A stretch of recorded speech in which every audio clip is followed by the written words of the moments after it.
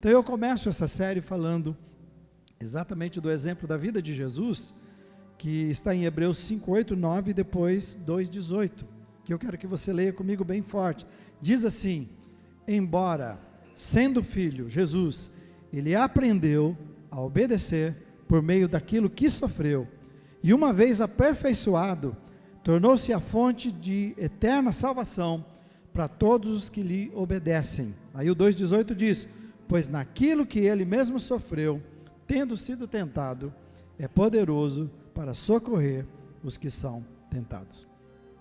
Sabe, eu sei que você entende isso, que é muito fácil, né? Você como cristão, de confiarmos em Deus. Nós cantamos Deus é Deus em todas as situações, mas é uma música difícil de viver.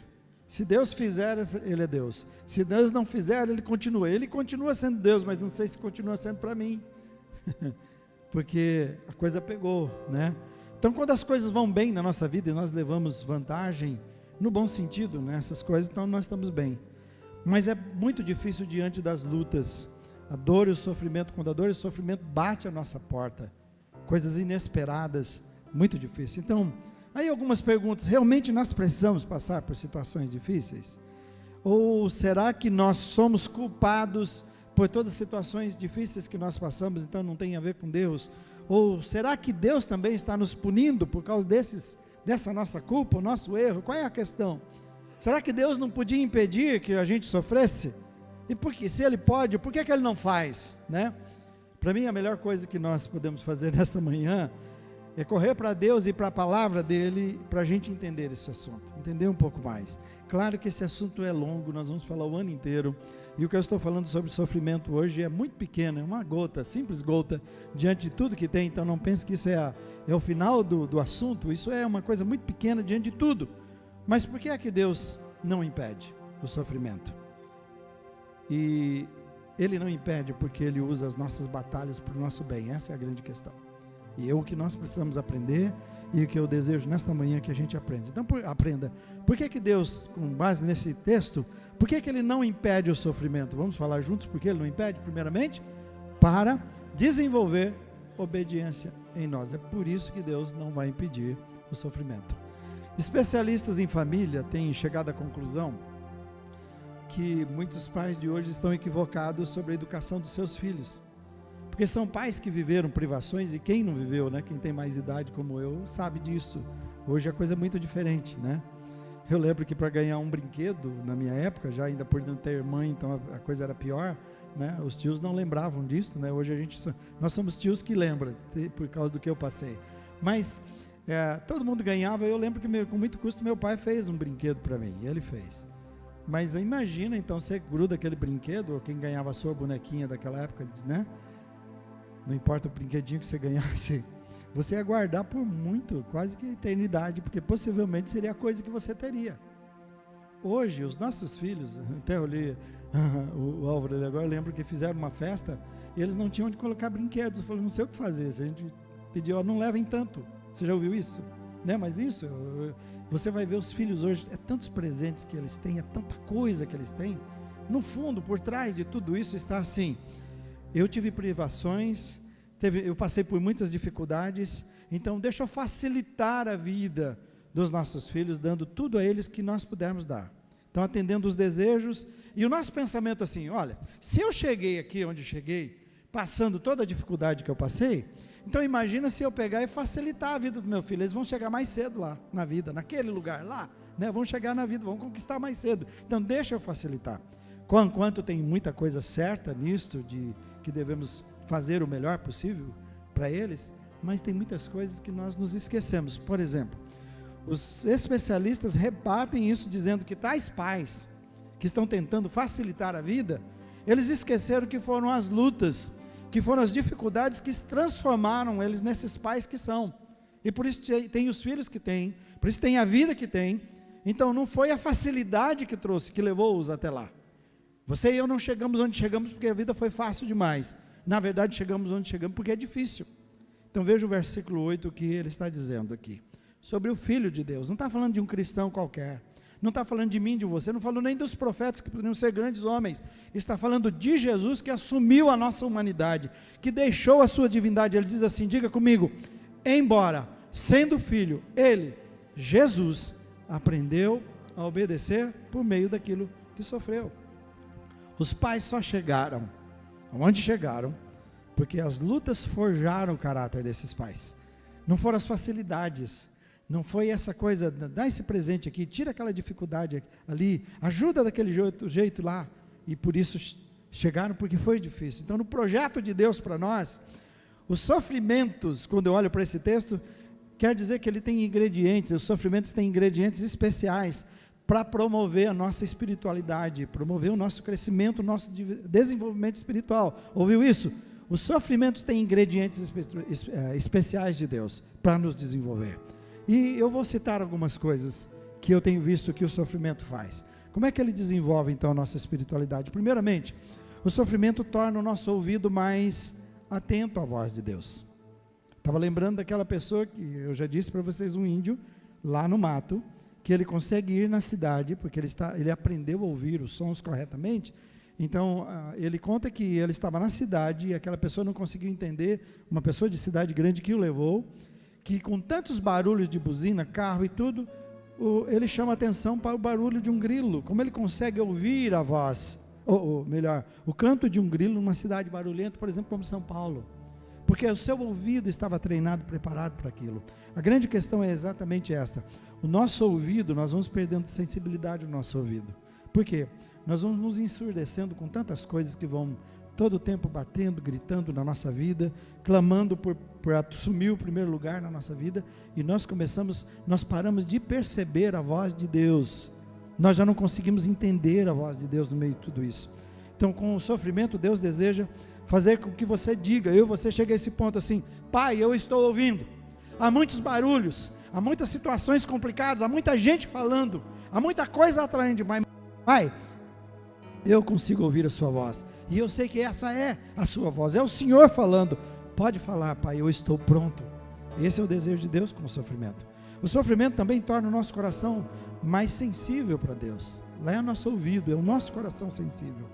Nosso coração tem a tendência de ir endurecendo com o tempo, vai se tornando, ele percebe menos as coisas de Deus, deseja menos as coisas de Deus. Diz que a fascinação desse mundo, os desejos da nossa carne, as coisas são tão atraentes, que eu e você vamos nos dirigindo e tomando rumo dessas coisas, e nós não vamos percebendo, e vamos perdendo o desejo pelas coisas de Deus. E com o sofrimento, de novo, Deus quer quebrar essa dureza do nosso coração de pedra, até o ponto de eu e você dizer: Pai, a minha sede é para Ti, o meu desejo é de Ti, porque agora, se eu deixar meu coração ir nesse rumo, ele vai se tornando um coração que não quer Deus, eu quero outras coisas, menos Deus, e aí por isso que a gente consegue ficar sem Deus no dia a dia. O sofrimento também abre os nossos olhos para as verdades de Deus. Nós somos bons em criar nossos próprios caminhos, nós somos bons em seguir o curso desse mundo, e quantas pessoas têm muita dificuldade, talvez os amigos, ou convivência nossa, nosso coração mais distante de Deus, nós temos mais facilidade de ouvir exatamente aqueles que não sabem o que estão dizendo, e nós temos dificuldade de ouvir a Deus, de desejar a Deus, de entender a Deus e de comprometer com a palavra de Deus. E o que Deus quer fazer é abrir os nossos olhos para olhar para a palavra dele de uma forma diferente. Ele deseja abrir de tal forma que a gente perceba que a segurança, a solidez, a verdadeira esperança, a vitória está em Deus e na sua palavra e nada mais, ao ponto que você chega a dizer o que o salmista diz: Pai, eu elegi a Tua palavra. Olha, veja se faz sentido para o seu coração. Eu elegi a Tua palavra como lâmpada para os meus pés e luz para o meu caminho.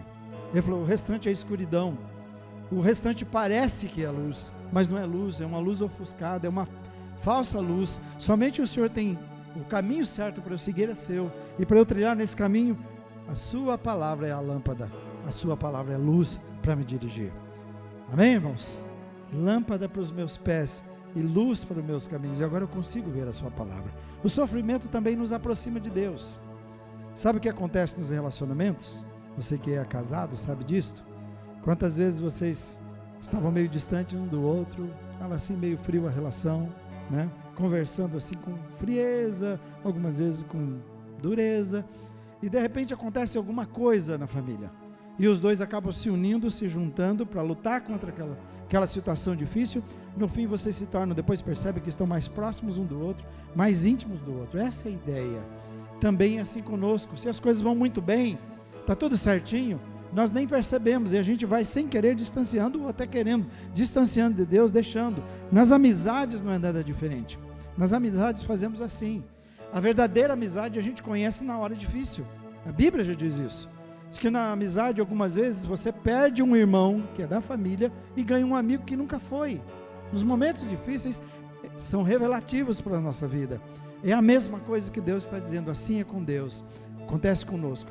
Para mim, um dos exemplos mais claros aqui é o exemplo do filho pródigo. Ele pega e diz: pai, eu quero viver minha vida do meu jeito. E ele sai o quê? Ele pega os seus bens, diz: eu vou seguir o meu caminho, vou viver do meu jeito, eu não quero o que o senhor está falando, ensinando, eu quero seguir a minha vida, eu quero gastar a minha vida do meu jeito. Todas essas coisas que me pertencem, me dá que eu quero. E ele foi. Você viu que ele chegou no momento que ele já tinha perdido tudo. Aquelas pessoas que gostavam dele, que diziam que gostavam, sumiram, desapareceram. O dinheiro que ele tinha, ele não tinha mais.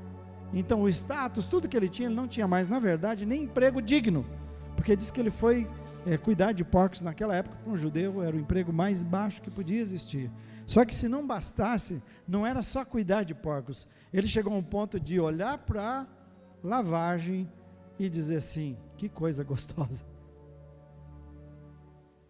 Puxa, para mim dava outro sermão aqui, né?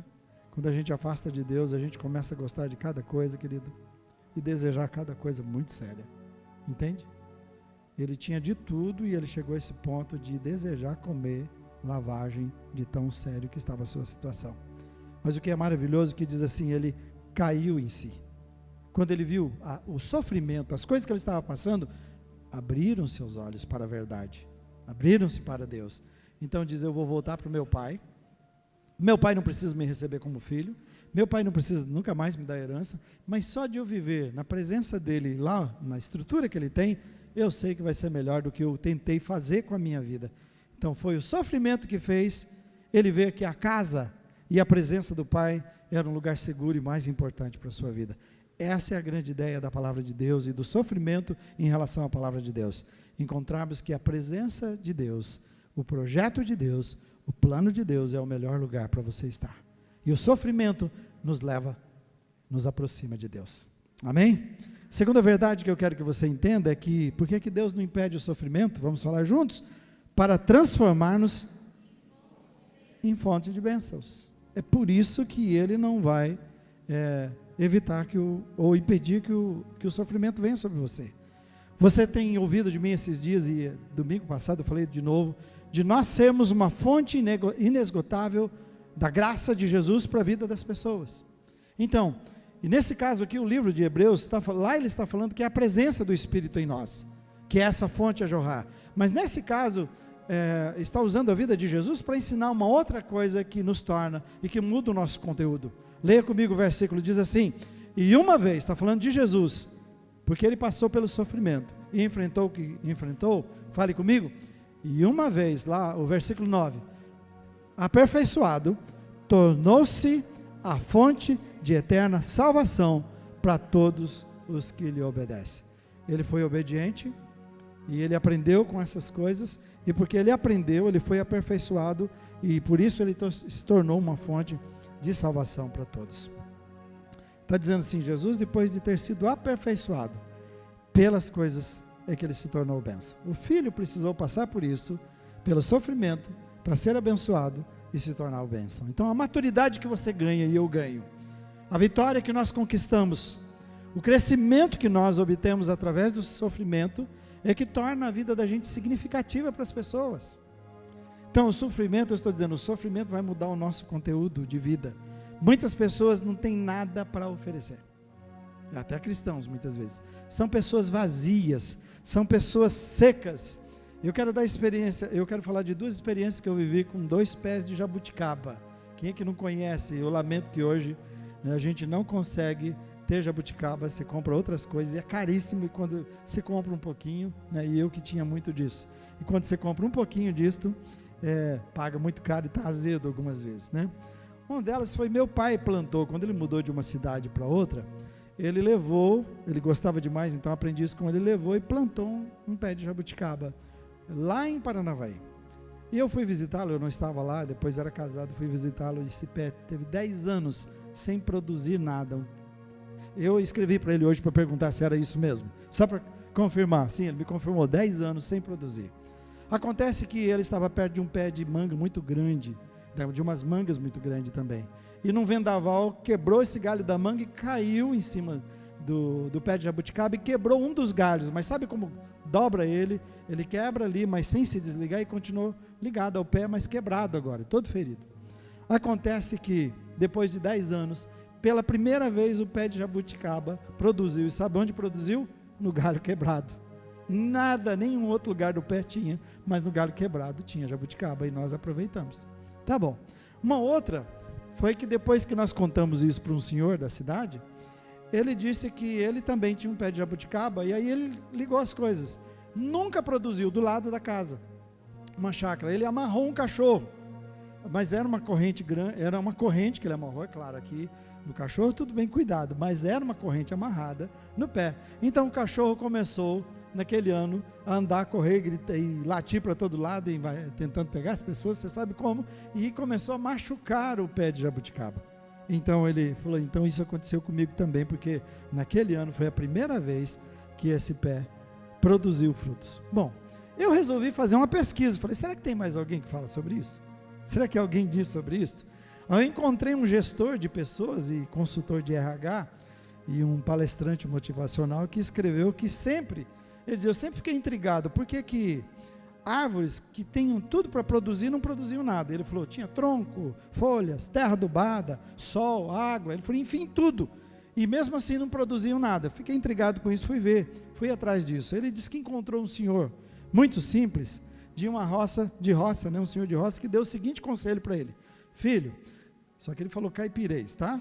Se a árvore não der fruto, né, você pega 3 pregos e enfinca no tronco dela até o fundo, espera uns meses e aí ela vai acordar e dar fruto.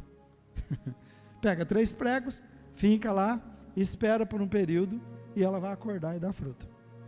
Ele falou assim, eu fiz a experiência, eu tinha um pé de caju que não produzia, e linda, e falou, era um dos pés que eu acho que ele estava indignado. Ele falou, eu preguei esses benditos 3 pregos até o fundo, esperei alguns meses, vocês não vão acreditar, ele disse, eu tinha uma carga maravilhosa e frutos surpreendentes como nunca tive. Então ele falou, eu também fui pesquisar, já que ele falou isso, será que mais alguém disse sobre isso? Olha como é que vai a coisa. Aí ele diz, eu fui pesquisar em bibliografias conhecidas para saber por que espetar pregos dava certo. Quem é que já ouviu sobre isso aqui? Pode levantar a mão aí, dá uma olhadinha para vocês verem. Isso é uma coisa que vem dos nossos pais, eu já fiz isso, né?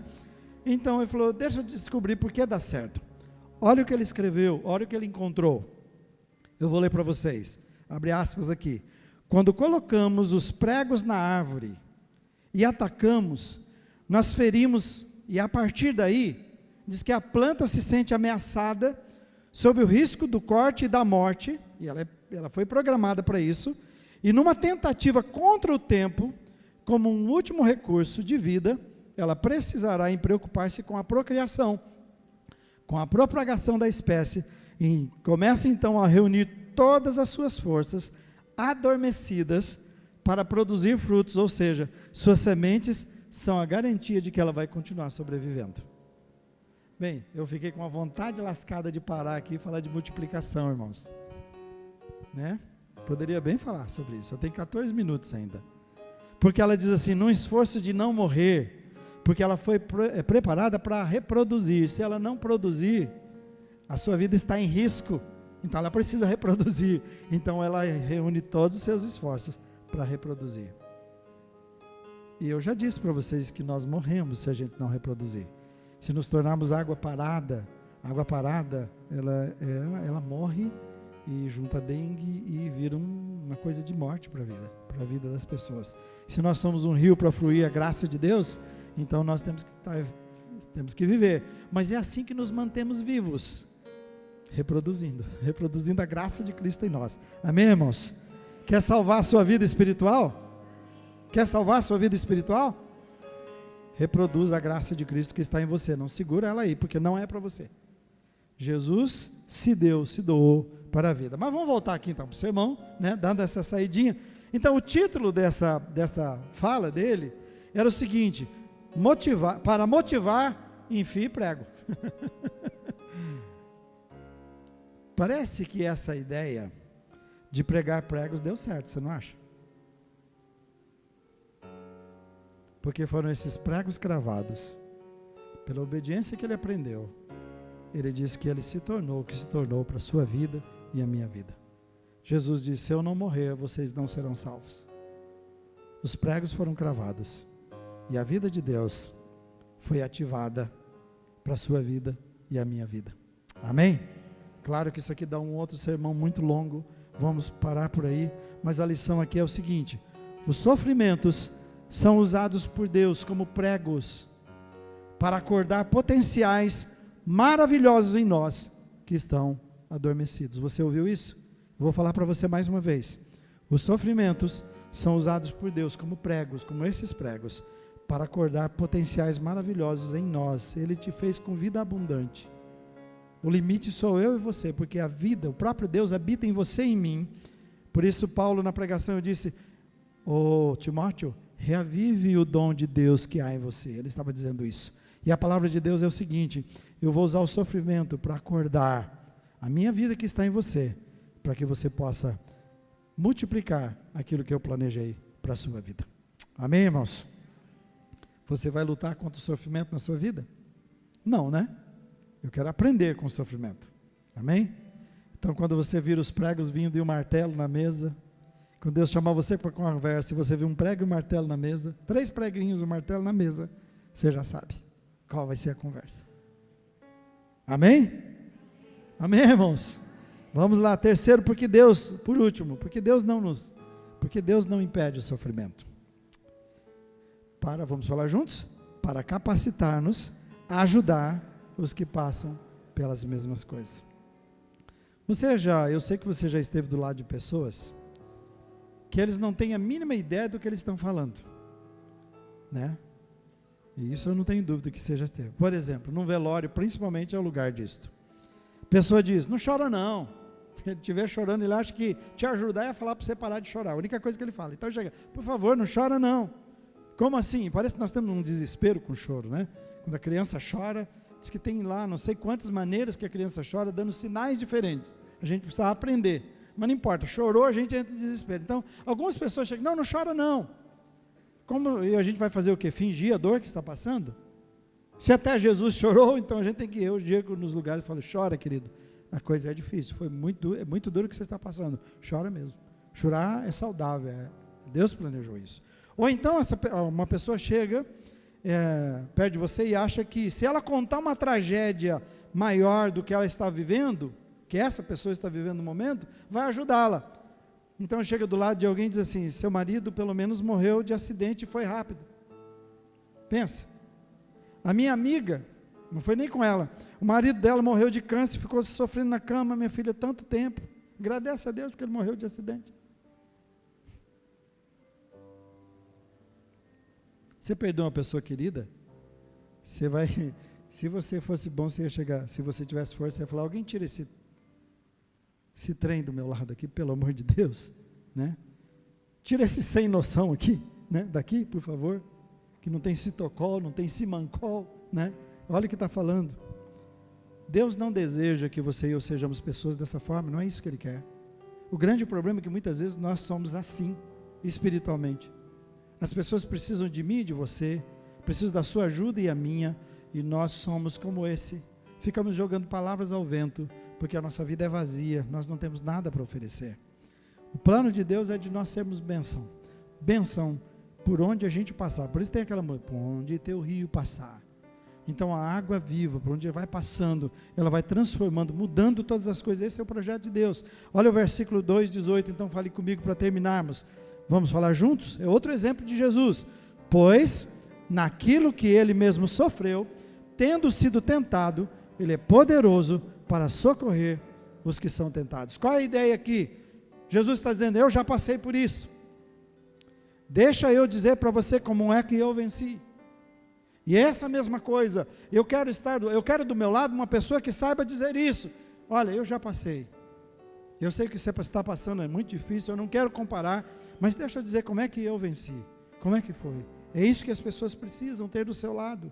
Eu disse, uma tia minha e tio, que perderam o seu filhinho, né, na piscina com 1 ano e meio, foi trágico, foi difícil, o pastor Melvin Francis lembra, eu era seminarista ainda, fui ajudá-los, mas quando você encontra, eles tomaram uma coisa, eles decidiram algo, eles vão nos velórios, e eles vão nos velórios dar conforto para as pessoas que passam situações difíceis, porque eles conseguiram vencer, e eles são as pessoas que você quer ter do lado, a hora que você está passando uma situação complicada na sua vida, porque eles sabem realmente, eu não quero ter do meu lado alguém que não passou por nada, porque a vida cristã não é teoria, deixa eu contar o que o pastor Israel experimentou, não, deixa eu dizer para você o que eu experimentei na minha vida, e como eu venci, e como Deus pode fazer com você também.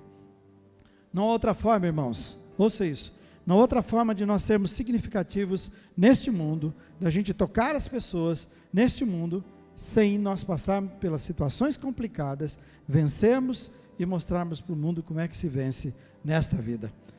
Jesus é descrito por algumas pessoas como médico ferido, mas não é o médico ferido, ele exatamente é médico porque foi ferido, é porque ele passou por todas as coisas, isso o tornou um médico, fez capaz de ser um médico, essa é a situação, não é o médico doente, é o médico que se tornou o que tornou pelo que passou. Então ele coloca um propósito, Deus coloca propósito no seu coração, no meu coração com sofrimento, porque é que Deus não quer, por que Deus não vai barrar o sofrimento na sua vida e na minha vida? Porque Ele quer transformar a sua vida e fazer de você uma pessoa tão significativa que você possa tocar a vida das pessoas. Então eu queria pedir para você, passe a olhar, nós vamos ouvir esse ano sobre isto. As pessoas não entendem o que elas estão passando, mas eu e você não temos esse direito de não entender.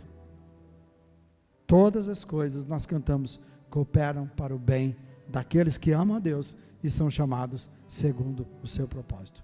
Até as pisadas de bola nossa, se nós corrermos para Deus, nos submetermos a Ele, Ele diz, eu transformo em bênção. Ele não transforma só o que Ele planejou, até aquilo, o seu erro, Ele pode transformar numa grande bênção na sua vida. Então não fica aí reclamando e nem parado aí. E vamos passar a olhar de forma diferente. Deus não está punindo você e eu. Na verdade Ele está dizendo, eu estou capacitando você a ser uma fonte inesgotável da graça de Jesus. É por isso que eu estou capacitando você com sofrimentos. Deus está dizendo assim, eu quero que você seja pão partido para o faminto, eu quero que você seja uma água da vida, de fonte eterna para o sedento. Quantas pessoas com fome e com sede, e você e eu temos a resposta para as suas vidas. Deus chama você e a mim para isso. Sabe o que é mais especial, e eu quero encerrar com esse texto? Sabe o que é mais especial aqui para mim, quando nós olhamos para o sofrimento na vida do cristão? O apóstolo Paulo, que é um expert em sofrer, né? Depois de Jesus é ele, né? Depois de Jesus é Paulo, pode olhar para a vida dele, o que ele passou. Em 2 Coríntios 1, 3-5, ele diz assim, vamos falar juntos? Louvado, bem forte, seja o Deus e Pai do nosso Senhor Jesus Cristo. O Pai bondoso, o Deus que tem, o Deus de quem todos recebem ajuda. Ele nos auxilia em todas as nossas aflições, para podermos ajudar os que têm as mesmas aflições que nós temos.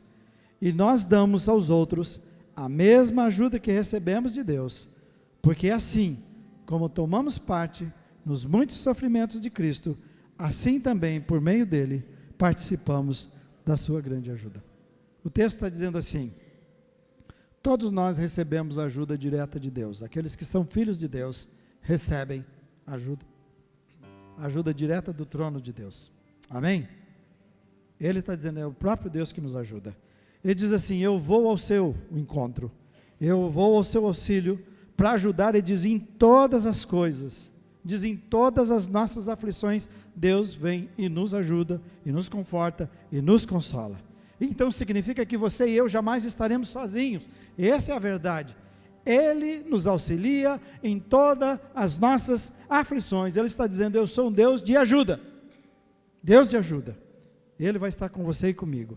O plano de Deus é vemos e aprendemos como Ele nos ajudou na nossa dor, para a gente poder ajudar aqueles que estão passando a sua dor. É isso que ele diz o texto.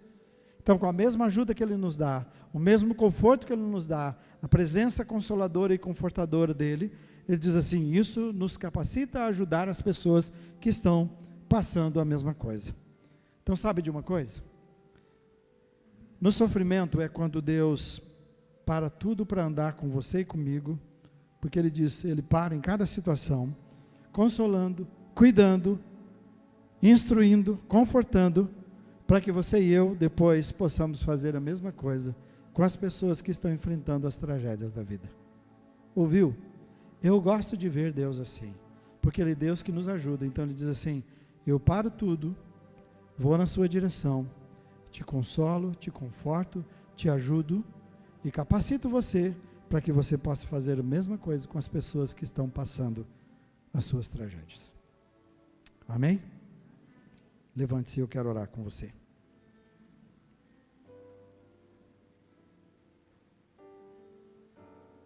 Sabe, será que Deus respondeu para você porque é que Ele não vai impedir o sofrimento na sua vida? Você entendeu? Aí você fala, então pastor, eu vou ver sofrendo? Não. Jesus falou de vida abundante. Mas as coisas que Deus permitir que você passe, porque Ele protege a sua vida, as coisas que Deus permitir que você passe, lembra assim, não é por acaso na sua vida. Amém? Então diga assim comigo, Senhor Jesus, eu sei que o Senhor sempre está comigo, olha a música, e nada acontece por acaso. Tu és Senhor, o meu ajudador, o Senhor está comigo em todas as situações e vai transformar cada uma delas em bênção na minha vida, para que eu seja uma bênção na vida de outras pessoas. Amém? Pão partido para o faminto e água para o sedento. Isso é que Deus quer fazer de você.